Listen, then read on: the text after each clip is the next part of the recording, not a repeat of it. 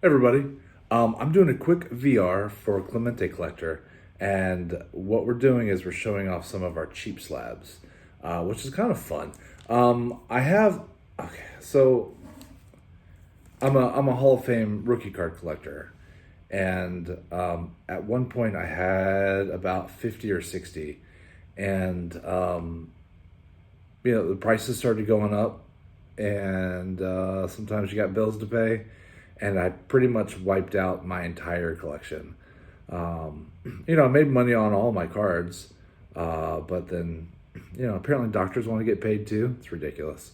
So all of our doctors drive Porsches, apparently. I don't know. So I'm slowly getting them back, and we're a single income family, so I gotta watch our frivolous spending, and then I like to spoil my kid a lot. So that usually means that I don't spend on myself nearly as much, because it's more fun to see him happy.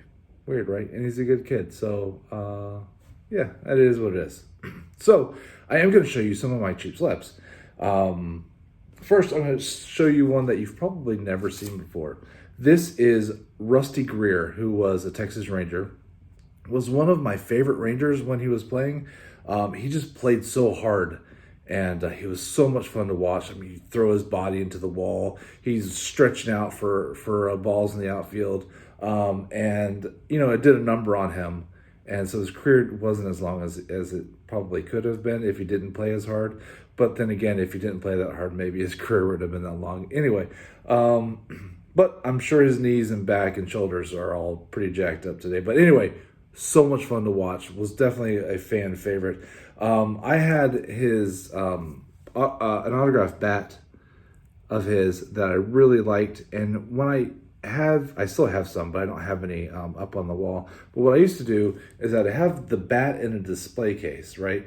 And I'd have like the head of the bat autographed, and then you just have the rest of the bat. What I would do is I would buy rookie cards for whomever it was, and I would put it on the display. So it would have like the head of the bat, and then towards the barrel of the bat, and then towards the bottom, and then I'd have the rookie card. I thought that it looked really cool, and then I would put autographed balls and stuff on top of them. So I'd have them on the walls, and that was just kind of how I displayed my stuff.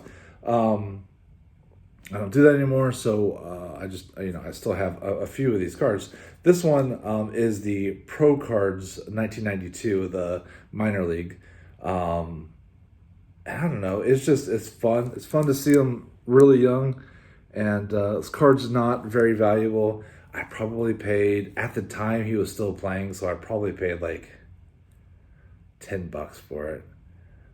So cheap slab. You could probably get today for like 3 or 4, to be honest. But yeah, it's my only CGC slab too, which is kind of fun. So we'll never get into the Hall of Fame, but I'm a Rangers guy.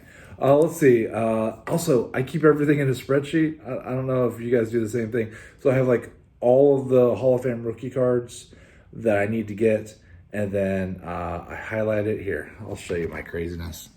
And I highlight stuff and mark down prices, and I try to keep up with the prices and what I paid and what they're going for. And I actually have what I sold my old ones for, and so when I have to rebuy them, I don't want to lose money on it, right? So I want to make sure that I buy for under what I sold it for. And prices are coming down a little bit, so maybe I'll have some more Hall of Fame cards in my future. Plus, I have a little trick where I get free eBay gift cards through some creative spending, and maybe I'll go through that and share that with y'all one day. I don't know if anybody's interested in that, but so a lot of these, although it says I paid money for them, I got them for free. So let me just show you a couple of them. This is the 91 update Ultra Mike Mussina rookie card, PSA 10. I like that one. Let's see, I paid $30 for this one. I only picked out slabs that I paid less than $30 for. This is, as a Rangers fan and a fan of baseball, how could you not love this guy? Pudge Rodriguez, 91 Upper Deck Final Edition. I paid, it's a PSA 10, paid $26.75, which I thought was a little high. But again, I'm pulling out stuff that's under 30 bucks. This one is just a real simple card. It's Roberto Almar's 88 Tops Traded PSA 10. See what I paid for old Robbie, $22.87. And all of these prices include taxes and shipping. And then finally, I have the 1990 Upper Deck. I love this set because I ripped so much of it back in the day.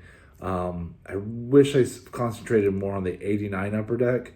But I was really young. So I remember 89 came out and everybody was excited about it. And then 90 came out and they're like, oh, let's get 90. So I got the complete box set. Was my very first box set.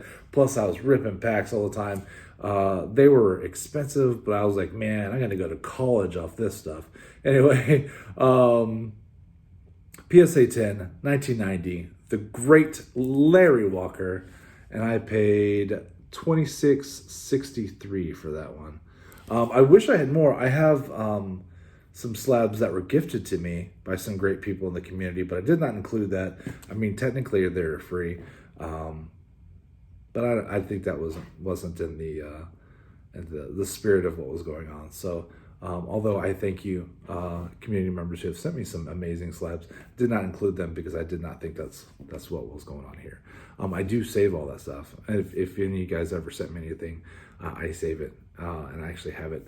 If it doesn't go immediately in one of my binders, I actually have them completely separate, all the gifts, to make sure that I don't re-gift it to somebody or for whatever reason. So yeah, now I'm just rambling. Anyway, it's a fun VR, fun to look at your cards, and then cheap slabs are great. It's fun to look at those at the card show, and you never know what you're going to find. So always thumb through those, and that's it. So if you want to stop by and say hey to Clemente Collector, that would be awesome. And if you want to jump in on it and do a VR, that'd be great too. Other than that, I'm going to stop wasting your time and just say thank you so much for stopping by. I hope you had fun, and I hope you have a great week. Rookie cards!